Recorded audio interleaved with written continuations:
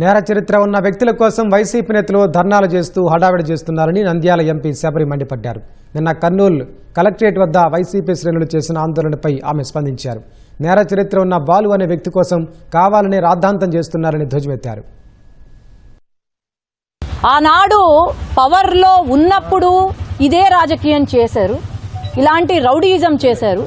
పవర్లో లేనప్పుడు కూడా ఇలాంటి రౌడీయిజమే చేస్తున్నారు. మరి నేను ఒకటే ప్రశ్న, దీని గురించి ఫైట్ చేస్తున్నారు మీరు?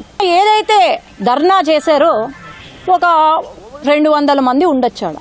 ఆ 200 మందివి చిట్టా తీస్తే గంజాయి బ్యాచ్, కిడ్నాప్ చేసేవాళ్ళు, ఇంకొంతమంది అటెంప్ట్ మర్డర్లు ఉన్న వాళ్ళు, ఇలాంటి బ్యాచ్ను వేసుకొని ధర్నా చేస్తారు. చాలా గొప్పగా బాలు అని ఒక మనిషి పేరెత్తి అన్యాయం చేస్తున్నారు తెలుగుదేశం పార్టీ వాళ్ళు అని అంటున్నారు. అసలు ఎవరు, ఆయన చరిత్ర ఏంటి, ఆయన పైన నమోదైన కేసులు, ఎఫ్ఐఆర్లు, ఇల్లీగల్ లిక్కర్ అయితేనేమి, ఆడవాళ్ళ విషయంలో అయితేనేమి ఎఫ్ఐఆర్లు.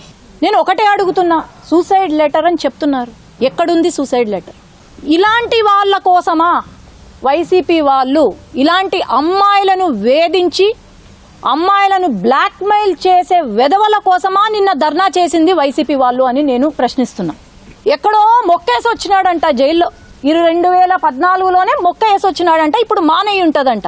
ఆ మొక్కను ఆ మానుగా మారిందా లేదా అని చూసుకోవడానికి పోవాలనుకుంటే పోయి చూసుకొని రా.